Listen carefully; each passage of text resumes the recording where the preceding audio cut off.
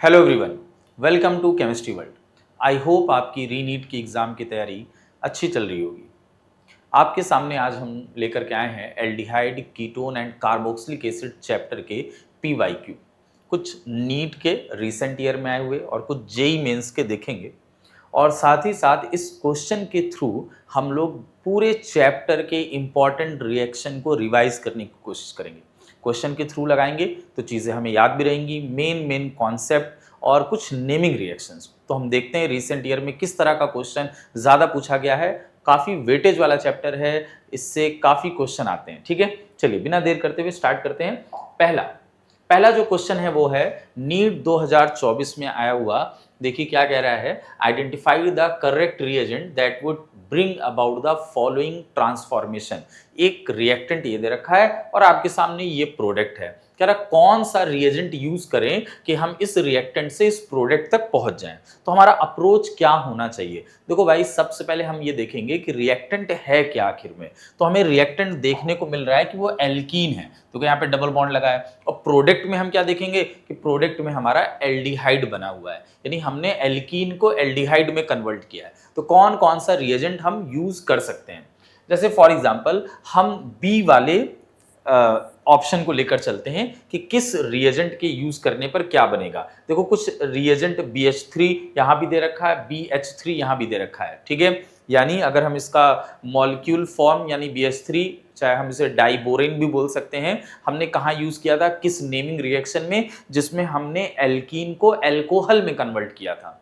ठीक है, और एल्कीन को एल्कोहल में कन्वर्ट HBO एक रिएक्शन थी, हाइड्रोबोरेशन ऑक्सीडेशन, जिसमें हमने BH3 और हाइड्रोजन परऑक्साइड एल्कलाइन मीडियम में इस्तेमाल करके एल्कीन को एल्कोहल बनाया था। अच्छा, अब एल्कीन को जब हम एल्कोहल बना लेंगे तो एल्कोहल का ऑक्सीडेशन करके हम उसे एल्डिहाइड में कन्वर्ट कर सकते हैं। ऑक्सीडेशन, कंट्रोल ऑक्सीडेशन, ऐसा ऑक्सीडेशन ना हो कि वो एल्कोहल को कार्बोक्सिलिक एसिड में कन्वर्ट कर दे। तो प्राइमरी एल्कोहल से ही एल्डिहाइड बनता है कंट्रोल ऑक्सीडेशन में। उसके लिए कौन सा रिएजेंट लगता है वो सब हम लोग देखेंगे। चलिए स्टार्ट करते हैं। मान लो हमारे पास ये है alkene CH2 CH and double bond CH2। ठीक, जिस तरीके से मैं कर रहा हूं रिएजेंट का यूज, उनका काम क्या है वो समझते चलिए कि रिएक्शन में काफी हेल्प करने वाला है। पहला मैंने यूज किया BH3, पहला रिएजेंट BH3।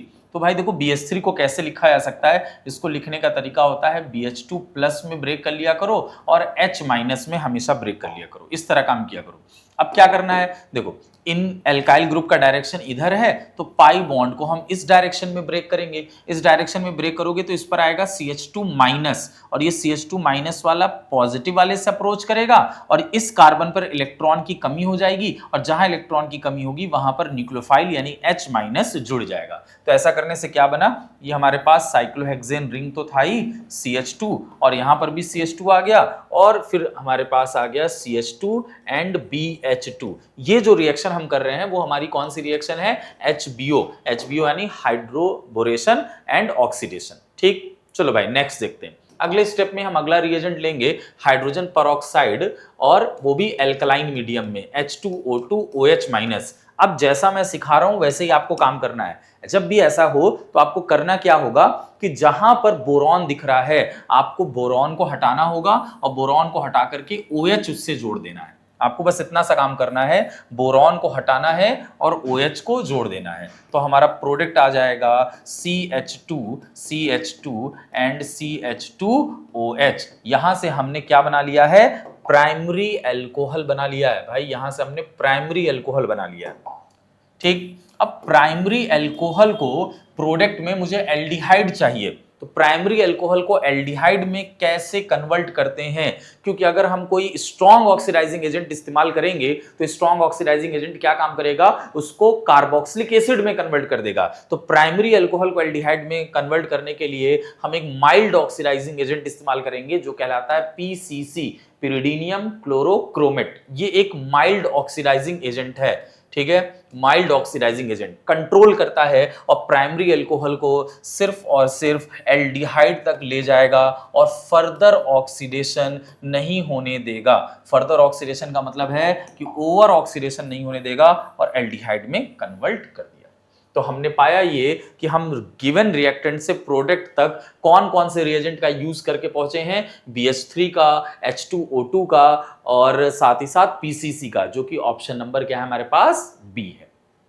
ठीक है, तो आई होप आपको रिएक्शन समझ में आई होगी। उसमें हमने एक नेमिंग रिएक्शन HBO को भी जान लिया और हमने माइल्ड ऑक्सीडाइजिंग एजेंट PCC का यूज भी समझ लिया कि PCC का यूज क्या है, वो प्राइमरी अल्कोहल को एल्डिहाइड में कन्वर्ट करता है। तो PYQ से इसी तरह रिवीजन होता है कि हमें रिएजेंट के वर्क याद हो जाते हैं। अगर हमें रिएजेंट के वर्क याद हो गए तो इसका मतलब है कि हम बहुत सारे क्वेश्चन, बहुत सारे ऑर्गेनिक रिएक्शन बहुत इजीली कर ले जाएंगे। तो रिएजेंट का वर्क याद होना बहुत जरूरी है। अब यहां पर देखो कितना सिंपल सा क्वेश्चन है, 2021 में पूछा गया हुआ। एक नेमिंग रिएक्शन है, टॉलिन है, CrO2 Cl2 है, कार्बन डाइसल्फाइड के प्रेजेंस में रिएक्शन हुआ, बीच में कुछ कंपाउंड बनकर के आया हुआ है X। तो वो X क्या पूछ रहा है, क्या है, और यहां पर जो X है वो तुम्हारा इंटरमीडिएट है। X क्या है, एक इंटरमीडिएट है। और फिर उसके बाद हाइड्रोलिसिस करके एसिडिक मीडियम में हमारा फाइनल प्रोडक्ट बना है बेंजल्डिहाइड। तो क्या आपको कोई नेमिंग रिएक्शन याद आ रही है जिसमें हम टॉलिन से उसको बेंजल्डिहाइड बनाते थे? टॉलिन से बेंजल्डिहाइड बनाने की जो नेमिंग रिएक्शन है उसको बोलते हैं इटार्ड रिएक्शन। आई होप आपको याद भी आ गया होगा इटार्ड रिएक्शन, कि जिसमें हम टॉलिन से बेंजल्डिहाइड बना रहे हैं। ठीक है, अब इटार्ड रिएक्शन में बीच में एक इंटरमीडिएट बनता है। तो इंटरमीडिएट क्या बन रहा है वो हम लोग समझने की कोशिश करते हैं। देखो एक्चुअल में ये रिएक्शन ऐसे हुई रहती है कि हमने टॉलिन लिया हुआ है और इसमें जो CrO2 Cl2 है एक्चुअल में वो 2 बार इस्तेमाल होता है, 2 बार यूज होता है और इंटरमीडिएट ये बन करके आता है। ये तो आपको याद ही रखना पड़ेगा, CH और फिर OCrOHCl2 का होल ट्वाइस, ये बन करके आता है। ठीक है, 2 टाइम्स इस्तेमाल करते हैं। तो देख लो ये ऑप्शन कहीं है, ये ऑप्शन बी में है, ये इसका इंटरमीडिएट होता है, ये इसका इंटरमीडिएट है। बाद में इसका हाइड्रोलिसिस करने पर हमको बेंजल्डिहाइड एज अ प्रोडक्ट मिल जाएगा। ठीक, चल भाई एक इटार्ड रिएक्शन रेडी हो गया। अब आइए 2021 के बाद 2020 में पूछा गया है क्वेश्चन कि अगर हम बेंजल्डिहाइड और एसीटोफिनोन की रिएक्शन डाइल्यूट NaOH के प्रेजेंस में करें तो ये कौन सी रिएक्शन होगी? देखो भाई, जब भी कोई बेस आ जाए और एल्डिहाइड या कीटोन में अल्फा हाइड्रोजन प्रेजेंट है तो वो एल्डोल रिएक्शन कहलाती है। एल्डोल रिएक्शन, एल्डोल रिएक्शन की कंडीशन ये है कि अल्फा हाइड्रोजन कंटेनिंग एल्डिहाइड और कीटोन, या तो एल्डिहाइड हो या तो कीटोन हो, उसमें अल्फा हाइड्रोजन पाया जाना चाहिए। अब कहोगे अल्फा हाइड्रोजन क्या है सर? देखो जैसे मान लो एल्डिहाइड है CHO ग्रुप, तो CHO से डायरेक्ट जुड़ा कार्बन ये अल्फा कार्बन कहलाएगा और उससे डायरेक्ट जुड़ा हाइड्रोजन अल्फा हाइड्रोजन कहलाएगा। ठीक है, तो इसी को हम लोग बोलते हैं अल्फा हाइड्रोजन। ये जो CHO ग्रुप है, CHO फंक्शनल ग्रुप है, ठीक है, या कीटोन CO ग्रुप, उससे डायरेक्ट जुड़ा कार्बन अल्फा कार्बन, उससे डायरेक्ट जुड़ा हाइड्रोजन अल्फा हाइड्रोजन कहलाने वाला है। तो बेंजल्डिहाइड में चेक करते हैं अल्फा हाइड्रोजन है कि नहीं। तो बेंजल्डिहाइड ये है भैया CHO, यही तो है बेंजल्डिहाइड। तो बेंजल्डिहाइड में तुम पाओगे कि CHO से डायरेक्ट जुड़ा कार्बन अल्फा कार्बन तो है, लेकिन बेंजीन में यहां कोई हाइड्रोजन तो नहीं है, नो हाइड्रोजन, यानी यहां पर कोई हाइड्रोजन ही नहीं है, तो अल्फा हाइड्रोजन का सवाल ही नहीं उठता। लेकिन अगर हम एसीटोफिनोन के बारे में बात करें, एसीटोफिनोन एक्चुअल में क्या होता है, ये COCH3 बेंजीन रिंग से जुड़ा हुआ है, इसी को एसीटोफिनोन बोलते हैं। और एसीटोफिनोन में आप देख सकते हैं कि इस साइड CO से डायरेक्ट जुड़ा कार्बन अल्फा है और उसके पास अल्फा हाइड्रोजन प्रेजेंट है, और अगर अल्फा हाइड्रोजन प्रेजेंट होगा तो फिर वो एल्डोल जरूर करेगा। तो भैया ये एल्डोल रिएक्शन है। लेकिन एल्डोल में भी देखो, एल्डोल है तो एल्डोल के 2 ऑप्शन है, एक C है और एक D है। तो अब एल्डोल में 2 टाइप होता है, एक होता है सेल्फ एल्डोल और एक होता है क्रॉस एल्डोल। तो जब मॉलिक्यूल सेम होते हैं, सिमिलर मॉलिक्यूल होते हैं, तो वो सेल्फ एल्डोल कहलाता है। जब 2 डिफरेंट मॉलिक्यूल के बीच में हम एल्डोल कराते हैं तो उसे क्रॉस एल्डोल बोलते हैं। तो बेंजल्डिहाइड एक अलग मॉलिक्यूल है, एसीटोफिनोन एक अलग मॉलिक्यूल है, इनके बीच में एल्डोल हो रहा है, एल्डोल की कंडीशन भी लिख दिया, तो ये क्रॉस एल्डोल है, यानी हमारा ऑप्शन नंबर C। ठीक है, चलिए नेक्स्ट है कंप्लीट द फॉलोइंग रिएक्शन। 2023 का क्वेश्चन है और यहाँ पर कीटो ग्रुप है, कीटोन है, साइक्लोहेक्सेनोन है, हाइड्रोजन साइनाइड की रिएक्शन हुई, OH और CN बना, फिर कंसंट्रेट H2SO4 के प्रेजेंस में हीट करने को कह रहा है, तो C जो प्रोडक्ट बनेगा वो कैसे बन रहा है। ठीक है, चलिए मैं आपको ये पूरा रिएक्शन यहाँ करके दिखाता हूँ स्टार्टिंग से, तो और सीखने को मिलेगा। जैसे मान लो साइक्लोहेक्सेनोन था और हमारे पास क्या है, हाइड्रोजन साइनाइड। देखो अपने करने समझने के लिए शॉर्ट मैकेनिज्म समझते चलो। जैसे सबसे पहले कार्बन और ऑक्सीजन यानी जो कार्बोनिल ग्रुप है इसका पाई बॉन्ड टूट जाता है, और ये जो कार्बोनिल कार्बन होता है यहाँ पर इलेक्ट्रॉन की कमी हो जाती है। इलेक्ट्रॉन की कमी होगी तो न्यूक्लियोफाइल वहीं पर अटैक करता है, क्योंकि जितने भी कार्बोनिल कंपाउंड होते हैं जनरली कौन सा रिएक्शन करते हैं, NAR। NAR का मतलब होता है न्यूक्लियोफिलिक एडिशन रिएक्शन। ठीक है, न्यूक्लियोफिलिक एडिशन रिएक्शन कर रहा है। तो न्यूक्लियोफाइल, साइनाइड क्या है, न्यूक्लियोफाइल, तो न्यूक्लियोफाइल जाएगा और कार्बोनिल कार्बन पर उसको जोड़ देना है। अच्छा यहाँ O- है तो O-H+ से अप्रोच कर देगा, तो लो भाई अप्रोच कर दिया, और अप्रोच करने के बाद बना लो प्रोडक्ट क्या हो गया, ये हो गया तुम्हारा OH और इस कार्बोनिल कार्बन से CN जुड़ गया। ऐसे प्रोडक्ट को हम लोग बोलते हैं साइनोहाइड्रिन। साइनोहाइड्रिन बोला जाता है, सेम कार्बन से OH और साइनाइड लगा हुआ है। अच्छा अगला रिएजेंट क्या डाला हुआ था, ये तो क्वेश्चन में बना के दिया हुआ है, कह रहा है कंसंट्रेट H2SO4 और हीट कर दो। तो जब भी कंसंट्रेट एसिड आता है और साथ में हीटिंग का ऑप्शन होता है तो वहां पर रिएक्शन होती है एलिमिनेशन रिएक्शन। यहां पर होगा एलिमिनेशन, और कौन सा एलिमिनेशन होने वाला है, डिहाइड्रेशन। डिहाइड्रेशन यानी वाटर मॉलिक्यूल निकलेगा, रिमूवल ऑफ वाटर मॉलिक्यूल। ठीक, क्यों वाटर निकलेगा, क्योंकि मुझे दिख गया था भैया यहाँ पर OH है, तो OH तुम यहां से निकाल दोगे, और उसके आगे के कार्बन, जैसे ये कार्बन और ये कार्बन दोनों तो सिमिलर है, कहीं से भी एक हाइड्रोजन निकाल दो, OH यहां से, H यहां से, तो वाटर मॉलिक्यूल निकल जाएगा। जब दो चीजें एक साथ निकल रही है तो बीच में क्या आ जाएगा, डबल बॉन्ड। वाटर मॉलिक्यूल निकाल कर यहां पर हमने डबल बॉन्ड लगा दिया। ठीक है, लेकिन एक स्टेप इसमें आपको ध्यान रखना है कि जो वाटर मॉलिक्यूल निकला है वो तो प्रेजेंट होगा ही, वाटर निकल रहा है ना, OH और H, और वाटर अगर पाते ही ये जो साइनाइड होता है उसी सेम टाइम पर, ये देखो दोनों प्रोसेस साथ में होगा कि सेम टाइम पर एलिमिनेशन हुआ।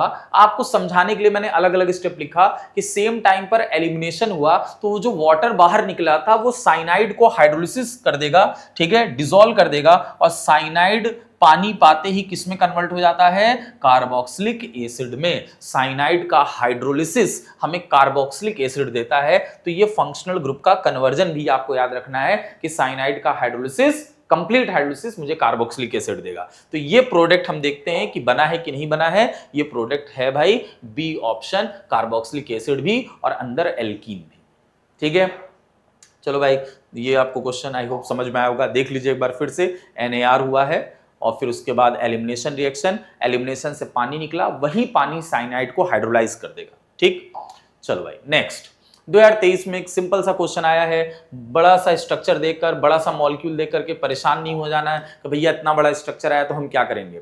ऑर्गेनिक का एक ही खेल है, रिएजेंट के वर्क को समझिए, रिएक्शन पहचानने की कोशिश करिए। अगर आप रिएक्शन नहीं पहचान पाएंगे तो दिक्कत होगा। देखो जिंक अमलगम है और कंसंट्रेट HCl है, ठीक है, ये देखते ही रिएजेंट आपको समझ में आ जाना चाहिए था कि ये कौन सा रिएजेंट है और इस रिएक्शन का नाम क्या है। बहुत फेमस रिएक्शन है क्लेमेंसन रिडक्शन, ये आपका क्लेमेंसन रिडक्शन है, ठीक है। और क्लेमेंसन रिडक्शन का क्या काम है, इसका काम होता है जहां जहां CO ग्रुप होता है उसको CH2 ग्रुप में कन्वर्ट कर देता है, CO ग्रुप को CH2 ग्रुप में कन्वर्ट कर देगा, बस क्लेमेंसन रिडक्शन का यही काम है। तो देखो यहां पर एक CO ग्रुप लगा हुआ है और यहां पर एक CO ग्रुप लगा हुआ है, CO को CH2 बना देगा, मतलब CO हटा दो, बस तुमको CO हटा देना है। तो CO हटा कहां, देखो यहां पर डी ऑप्शन में देखो CO लगा होगा, ये हट गया, ये हट गया तो बचा सिर्फ CH2, यहां भी CO लगा था, हट करके बच गया CH2, यानी कौन सा ऑप्शन आ रहा है, डी। तो यहां पर आपका एक नेमिंग रिएक्शन रिवाइज हो गया, क्लेमेंसन रिडक्शन, रीजेंट पहचान है जिंक अमलगम और कंसंट्रेट HCl। अगर कोई कार्बोनिल ग्रुप दिख रहा है, CO ग्रुप दिख रहा है, तो उसे आप CH2 में कन्वर्ट कर देंगे। चलो भाई नेक्स्ट क्वेश्चन देखते हैं। नेक्स्ट क्वेश्चन नीट 2022 में पूछा गया है। देखो इसमें लिखा हुआ है कि एसीटोन की रिएक्शन 2-पेंटेनोन से कराया जा रहा है डाइल्यूट NaOH के बेस पर, और उसको बाद में हीट भी किया जा रहा है। तो कह रहा है कौन सा प्रोडक्ट नहीं बनेगा। आपको ध्यान देने वाली बात यह है कि यहां पर नॉट लिखा हुआ है। देखो एग्जाम में यही सब गलतियां होती हैं कि हम नॉट वगैरह जल्दबाजी में मिस कर जाते हैं। तो नॉट लिखा है मतलब बताना है कौन सा प्रोडक्ट नहीं बन रहा है, ठीक है। तो आप देख सकते हैं, पहले हम रिएक्शन पहचानने की कोशिश करेंगे कि कौन सा रिएक्शन हो रहा है। हमने आपको शुरुआत में ही एक कंडीशन बताया कि अगर एल्डिहाइड है या कीटोन है, अगर उसमें अल्फा हाइड्रोजन प्रेजेंट होता है और बेस का प्रेजेंस है तो वो एल्डोल रिएक्शन होती है, और अगर अल्फा हाइड्रोजन नहीं प्रेजेंट है तो वो कैनिजारो होती है। तो हमें एसीटोन का अगर हम फॉर्मूला बनाएंगे CH3COCH3, सिर्फ एक मॉलिक्यूल से ही हमें आइडिया लग जाएगा कि हाँ भैया मुझे एल्डोल करना है कि कैनिजारो। देखो एसीटोन में CO ग्रुप से डायरेक्ट जुड़ा कार्बन अल्फा कार्बन है। अब अल्फा कार्बन से डायरेक्ट जुड़ा हाइड्रोजन अल्फा हाइड्रोजन कहलाता है। तो इसका मतलब है अल्फा हाइड्रोजन प्रेजेंट है, डाइल्यूट NaOH बेस का भी प्रेजेंस है, और हम ये एल्डोल करने वाले हैं।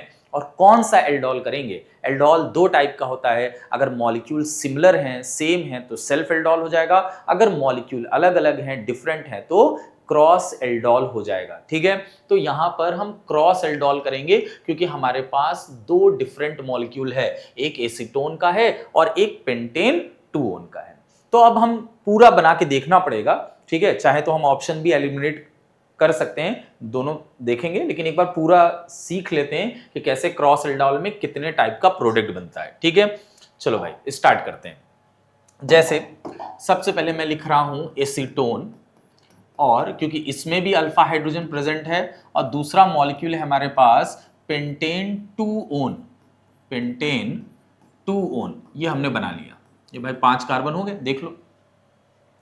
अब क्या करना है, सबसे पहला काम होता है एल्डोल में अल्फा हाइड्रोजन निकाल लेना। तो इसमें भी अल्फा हाइड्रोजन प्रेजेंट है, इसमें भी अल्फा हाइड्रोजन प्रेजेंट है, क्योंकि हम बेस का प्रेजेंस ले रहे हैं, बेस का प्रेजेंस। तो बेस अगर है और कहीं पर भी अल्फा हाइड्रोजन प्रेजेंट है, अल्फा हाइड्रोजन क्या होता है? एसिडिक नेचर का होता है। अब एसिडिक नेचर का है तो सबसे पहले रिएक्शन होती है एसिड बेस की, आप उसे रोक नहीं सकते हैं। अब देखो यहां इस केस में 2 अल्फा कार्बन है और यहां का भी अल्फा हाइड्रोजन, यहां का भी अल्फा हाइड्रोजन, लेकिन बेस आएगा यहां से निकालेगा H+।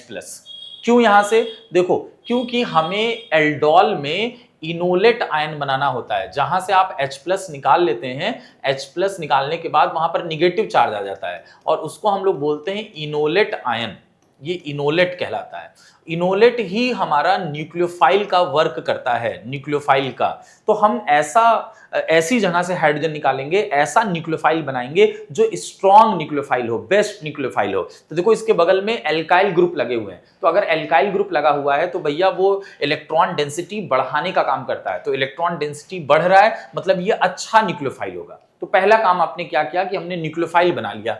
अब क्या काम करेंगे? कार्बन ऑक्सीजन के बॉन्ड को तोड़ लेंगे। जब कार्बन ऑक्सीजन के बॉन्ड को तोड़ लेंगे तो इस न्यूक्लियोफाइल को ले जाकर के इस CO ग्रुप से अटैच कर देंगे, ठीक है। अटैचमेंट सही करना है, देखते रहिएगा। CH3C, अच्छा तुमने पाई बॉन्ड तोड़ा तो वो O- होगा। अच्छा यहां का जो तुमने H निकाला था वो O- और H जुड़ करके OH हो जाएंगे। तो एक आध स्टेप डायरेक्ट भी कर लेते हैं, ठीक है। OH लगा दिया। अच्छा इस CO से और आगे क्या जुड़ा हुआ था? CH3 लगा दिया। अच्छा इसी CO से मुझे ये पूरा इनोलेट जोड़ना है, CH, और उससे आगे लगा हुआ है CO CH3। अच्छा इस CH से ये CH3 CH2 भी लगा हुआ है, CH2 CH3।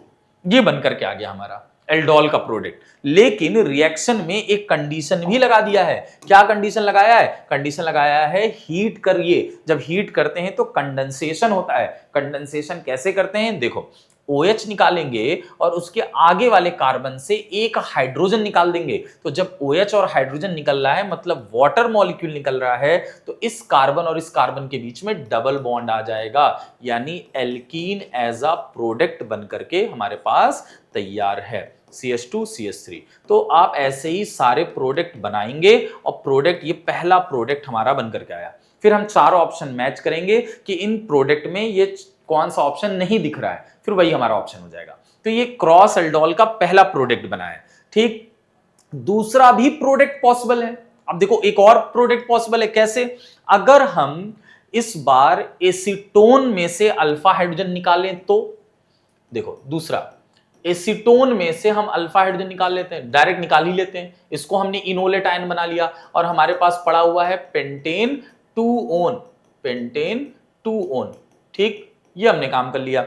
तो अगला स्टेप क्या था, कार्बन ऑक्सीजन का पाई बॉन्ड तोड़ना है और न्यूक्लियोफाइल जो रेडी है हमारे पास, उस न्यूक्लियोफाइल को इस कार्बोनिल कार्बन से जोड़ देना है। तो जोड़ना अच्छे ढंग से है, CH3C, ये जो O- था आप उसे OH बना लेंगे और उसके आगे क्या जुड़ा हुआ है, CH2 CH2 CH3, और इस CO वाले कार्बन से हम अपना पूरा न्यूक्लियोफाइल जोड़ देंगे। न्यूक्लियोफाइल क्या था, CH2 था, उसके आगे C डबल बॉन्ड O है, CH3।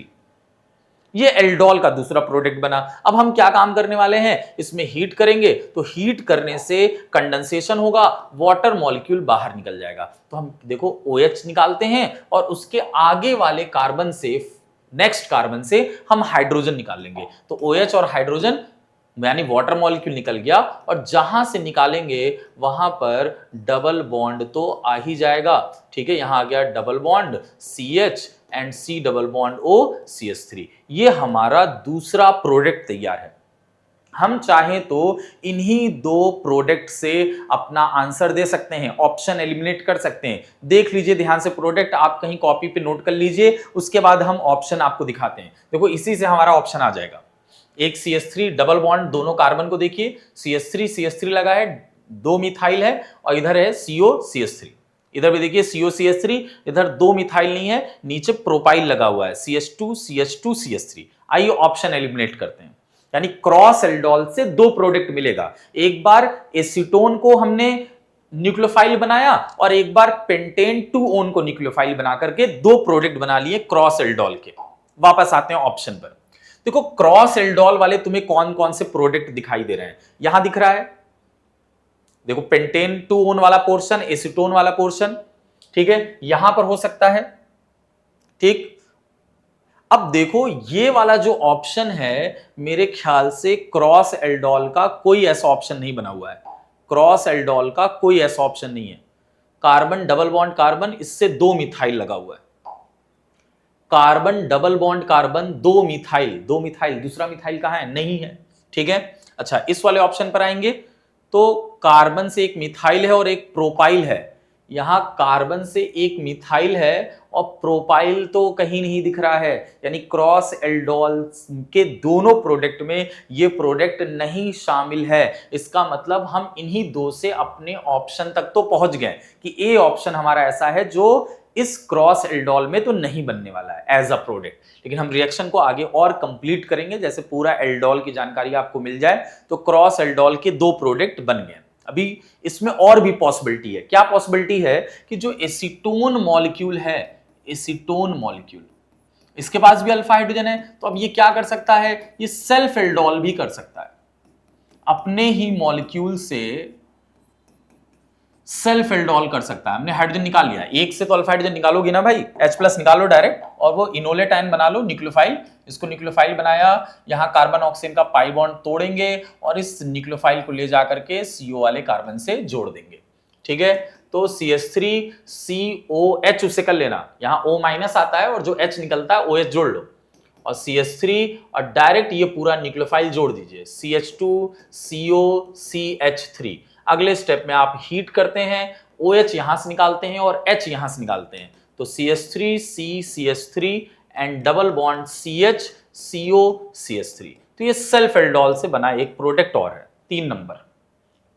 ठीक, अब सेम यही काम आपको क्या करना है, पेंटेन 2 ओन का करना है। पेंटेन 2 ओन में भी तो अल्फा हाइड्रोजन है, तो अगर अल्फा हाइड्रोजन है तो वो भी तो सेल्फ एल्डोल कर सकता है। तो भैया लो इसका भी सेल्फ एल्डोल करा लो, यहां वाले से निकाल लिया H- and CH2CH3। I hope अब ये वाला तो आप खुद से करिएगा। पाई बॉन्ड तोड़ना है और यहाँ के न्यूक्लियोफाइल को उठाना है और इस CO कार्बन से जोड़ लेना है। तो टोटल कितना प्रोडक्ट बन रहा है क्रॉस एल्डोल में, 4, 2 क्रॉस से और 2 सेल्फ से।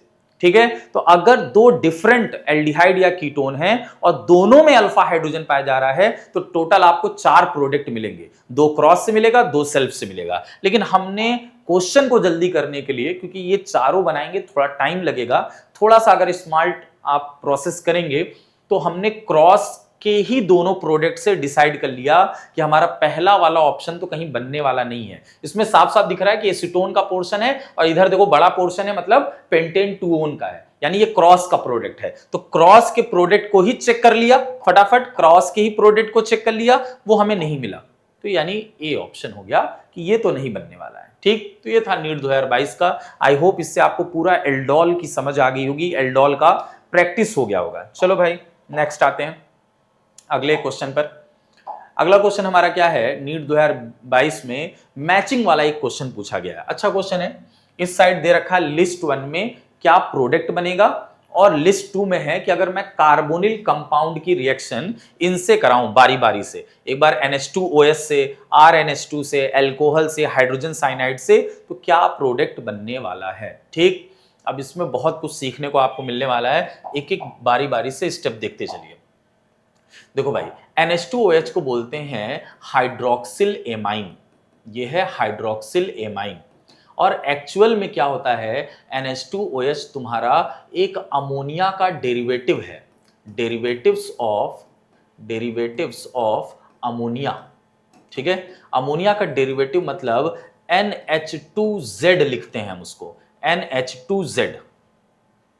ठीक, अब अगर NH2Z है तो इससे क्या प्रोडक्ट बनता है कार्बोनिल कंपाउंड का, एक जनरल मैकेनिज्म आपको बता दे रहे हैं। CO एंड प्लस हमारे पास क्या है H2N और Z। देखो डायरेक्ट ही कर देते हैं, डायरेक्ट कर लो। यहां से क्या करना है आपको, पूरा एक वाटर मॉलिक्यूल निकाल लो। तो जब वाटर मॉलिक्यूल निकाल लोगे तो बचेगा क्या, C डबल बॉन्ड NZ। ये प्रोडक्ट बनता है जब भी कोई अमोनिया डेरिवेटिव आता है तो उससे कार्बोनिल कंपाउंड का ये प्रोडक्ट बनेगा। प्रोडक्ट क्या है, C डबल बॉन्ड NZ। अब बस आपको Z पहचानना है और नाइट्रोजन से लगा देना है। तो देखो NH2 के बाद Z की जगह पर क्या लिखा है, OH, यानी इसका Z हो गया तुम्हारा OH। ठीक है, अब अगर हम प्रोडक्ट बनाएं तो प्रोडक्ट हमारा बनने वाला है C डबल बॉन्ड NOH। ये हमारा प्रोडक्ट बनेगा। अगर कार्बोनिल कंपाउंड से हम हाइड्रोक्सिल एमाइन की रिएक्शन कराते हैं तो हमारा प्रोडक्ट बनने वाला है C डबल बॉन्ड NOH। और जहां पर भी डबल बॉन्ड NOH लगता है उसको बोलते हैं ऑक्साइन। इस प्रोडक्ट का नाम है ऑक्साइन। तो आपका ऑप्शन नंबर जो डी है, डी का किससे मैचिंग हो रहा है, फर्स्ट से। हमारा आ गया डी का फर्स्ट। चलो भाई नेक्स्ट देखते हैं, अगला क्या है हमारे पास, RNH2। RNH2 क्या हो गया तुम्हारा, प्राइमरी एमाइन हो गया। तो अगर हम देखें RNH2 भी तो अमोनिया का डेरिवेटिव है। अगर हम देखें RNH2, ये भी तो अमोनिया के डेरिवेटिव जैसा दिख रहा है, NH2Z। अब Z की जगह पर क्या है बस वो देख लो, Z की जगह पर है एल्काइल ग्रुप। तो डायरेक्ट प्रोडक्ट बनाओ। प्रोडक्ट क्या है हमारे पास, प्रोडक्ट का जनरल फॉर्मूला आ गया है C डबल बॉन्ड NZ, और Z की जगह पर क्या रख देंगे, R। देखो प्रोडक्ट बनाया है ना, C double bond NZ, Z की जगह पर हमने R रख दिया। अच्छा, इस कंपाउंड का क्या नाम होता है, इस कंपाउंड का नाम होता है, इसको बोलते हैं शिफ बेस। ठीक है, इसको बोला जाता है शिफ बेस। ठीक, तो शिफ्ट बेस आपको दिख रहा होगा C, यानी C जाकर के मैच किया है सेकंड से। ठीक है, चलिए नेक्स्ट आते हैं हम एल्कोहल पर। अब एल्कोहल का कार्बोनिल कंपाउंड के साथ कैसे प्रोडक्ट बनता है, चलिए आपको यहां दिखा देते हैं साइड में। एल्कोहल का कार्बोनिल कंपाउंड के साथ देखो शॉर्ट तरीका सीखेंगे कि हम एग्जाम में फटाफट कैसे प्रोडक्ट बना सकते हैं। आपको करना क्या होता है, जैसे ये कार्बोनिल कंपाउंड है C double bond O, alcohol का आपको 2 मॉलिक्यूल मिलेगा, तो आपने ROH ऐसे रख लिया, ROH इस तरह से 2 मॉलिक्यूल रख लीजिए। और इसके बाद क्या काम करेंगे, इसके बाद ऐसे वाटर मॉलिक्यूल निकाल लेंगे, और वाटर मॉलिक्यूल निकालने के बाद C, अब 2 बॉन्ड फ्री हो गए कार्बन के, एक बॉन्ड को OR से जोड़ दो ऊपर, और यहां वाला भी नीचे वाले OR से जोड़ दो। तो जब 2 OR ग्रुप सेम कार्बन से कनेक्ट होता है तो उसको बोलते हैं एसिटल। अगर एल्डिहाइड है तो एसिटल हो जाएगा, और अगर कीटोन है तो उसको हम क्या बोल देंगे, कीटल बोल देंगे। तो एसिटल और कीटल में से कोई एक ऑप्शन इसमें होना चाहिए था, तो एक ऑप्शन है भैया एसिटल। तो बी भी मैच कर गया किसके साथ, 3 के साथ, यानी एसिटल का एल्कोहल के साथ। अच्छा, हाइड्रोजन साइनाइड, तो मुझे लगता है आज हाइड्रोजन साइनाइड वाले 2 रिएक्शन हो गए हैं, साइनोहाइड्रिन बनता है, आपको पता है हाइड्रोजन साइनाइड पीछे करा चुके हैं, तो एक ही बचा है, डायरेक्ट इसको कर लेते हैं, ए का हमारे पास क्या हो गया 4। ठीक है, आई होप आपको समझ में आएगा, ये इंपॉर्टेंट है भाई, अमोनिया डेरिवेटिव वाला ध्यान देना, ये जो डेरिवेटिव ऑफ अमोनिया बताए हैं NH2Z, इसीलिए आपको डायरेक्ट मैकेनिज्म, मतलब ये कोई मैकेनिज्म नहीं है, ये एक तरीका है बस शॉर्ट में समझने का कि प्रोडक्ट कैसे बना है, मैकेनिज्म ऐसा नहीं होता, क्योंकि अब हमारे पास उतना टाइम भी नहीं है कि हम आपको पूरा डिटेल मैकेनिज्म समझाएं। ठीक है, मैकेनिज्म में होगा कि नाइट्रोजन के पास लोन पेयर है, न्यूक्लियोफाइल का काम करेगा, कार्बन ऑक्सीजन का पाई बॉन्ड टूटेगा, लोन पेयर डोनेट करके उसके साथ जुड़ेगा, फिर उस तरह से आगे स्टेप होता है NAR। ये एक शॉर्ट मेथड है जिससे हम फटाफट क्वेश्चन को कर सकते हैं और अभी हमें इसी की जरूरत है। ठीक है, चलिए नेक्स्ट आते हैं। अब हमारे पास क्या है, जेई मेंस के अब हम कुछ क्वेश्चन करते हैं, 2024 का पूछा हुआ क्वेश्चन है, बहुत सिंपल सा क्वेश्चन है। फिर वही बात है कि जब तक हम रिएक्शन पहचानेंगे नहीं तब तक हम प्रोडक्ट नहीं बना सकते हैं, पहले हमको रिएजेंट के थ्रू पहचानना था ये कौन सी रिएक्शन है। भाई लोग आप पहले खुद से पहचानिए, देखो कार्बोक्सिलिक एसिड भी दे रखा है और कार्बोक्सिलिक एसिड से डायरेक्ट जुड़ा कार्बन जो होता है वो अल्फा कार्बन है और उस पे जो हाइड्रोजन लगा होता है उसको अल्फा हाइड्रोजन बोलते हैं। और अगर हैलोजन और रेड फास्फोरस दे रखा है तो ये पूरा रिएजेंट किस रिएक्शन की तरफ इशारा कर रहा है, HVZ रिएक्शन। अच्छा, HVZ रिएक्शन का काम क्या है कि जहां पर अल्फा हाइड्रोजन है, अल्फा हाइड्रोजन को डिस्प्लेस करना है और डिस्प्लेस करके वहां पर आपको हैलोजन लगा देना है, यानी सब्स्टिट्यूशन रिएक्शन करना है। तो अल्फा हाइड्रोजन को मैंने हटाया और हैलोजन Br लगा दिया, यही आपका प्रोडक्ट P बन करके आएगा। ये थी HVZ रिएक्शन, बस इतना सा सिंपल सा रिएक्शन था। ठीक है, चलिए नेक्स्ट देखो, फिर से एक जेईई मेंस का क्वेश्चन 2024 में पूछा गया है। आपसे क्या कह रहा है कि कुछ एसिडिक स्ट्रेंथ बताना, आपको कुछ कार्बोक्सिलिक एसिड दे रखा है इसमें। अच्छा, एसिडिक स्ट्रेंथ किन किन बातों पे डिपेंड करता है। एसिडिक स्ट्रेंथ का मतलब होता है जो आसानी से H+ आयन गिव कर दे, जितना इजीली गिव करेगा समझ जाओ वो उतना ही स्ट्रॉन्ग एसिड होगा। तो अब एसिडिक स्ट्रेंथ बहुत बातों पे डिपेंड करता है, किन बातों पे डिपेंड करता है। Acidic strength is directly proportional होता है -m, ठीक है, फिर उसके बाद -H -I, ठीक है, फिर उसके बाद आ जाता है तुम्हारा +I +H +M। आपने ऑर्गेनिक में पढ़ रखा होगा mesomeric effect, hyper conjugation effect और इंडक्टिव इफेक्ट। ठीक है, तो मैंने लाइन से ऑर्डर लिख दिया है -M -H -I +I +H +M। अब लेकिन मुझे इनमें कहीं भी कोई ऐसा ग्रुप नहीं दिखाई दे रहा है जो कि -M या +M लगा हो, मीजोमेरिक इफेक्ट शो करता हो। ठीक है, -M क्या होता है, जो इलेक्ट्रॉन विड्रॉ कर लेते हैं, +M क्या होता है, जो लोन पेयर डोनेट करने का काम करते हैं। ठीक है, ऐसा मुझे कहीं नहीं दिखाई दे रहा है, सिर्फ एल्काइल ग्रुप लगे हुए हैं। तो एल्काइल ग्रुप से सिंपली कैसे सॉल्व करते हैं वो क्या है, वो मैं डायरेक्ट लिख दे रहा हूं, acidic strength is directly proportional to -I and inversely proportional to +I। क्योंकि एल्काइल ग्रुप जितना बड़ा लगा रहेगा, जितने ज्यादा कार्बन का एल्काइल ग्रुप लगा रहेगा, वो एसिडिक स्ट्रेंथ को वीक कर देता है, वो एसिडिक स्ट्रेंथ को घटा देता है। तो आप पाएंगे कि यहां पर एक ऐसा मॉलिक्यूल है फॉर्मिक एसिड जिसमें कोई एल्काइल ग्रुप नहीं लगा हुआ है, ठीक है, हाइड्रोजन लगा हुआ है। तो ये फॉर्मिक एसिड सबसे स्ट्रॉन्ग एसिड हो जाएगा। ठीक है, सबसे स्ट्रॉन्ग एसिड है। अब फिर देखिए एल्काइल ग्रुप कहां कम लगा हुआ है, तो आप देख रहे हैं एसिटिक एसिड में ओनली एक एल्काइल ग्रुप है, मिथाइल। ठीक है, तो इसका एसिडिक स्ट्रेंथ ज्यादा होगा। ठीक, अब इससे भी कम, और देखो कहां एल्काइल ग्रुप लगा है, यहां देखो 2 कार्बन का एल्काइल ग्रुप लगा है, तो इसको हम पीछे रख लें, CH3 CH2 COOH, और हम पाएंगे कि ये वाला जो मॉलिक्यूल था इसमें सबसे ज्यादा कार्बन वाला एल्काइल ग्रुप लगा है, यानी इसका एसिडिक स्ट्रेंथ सबसे कम होने वाला है, सबसे कम होने वाला है, CH3 CH2 CH2 COH। तो सिंपल सा कॉन्सेप्ट ये है कि जहां पर जो एल्काइल ग्रुप होता है, एल्काइल ग्रुप लगा रहेगा, ठीक है, कार्बन की चेन, वो तुम्हारा +I इफेक्ट शो करता है।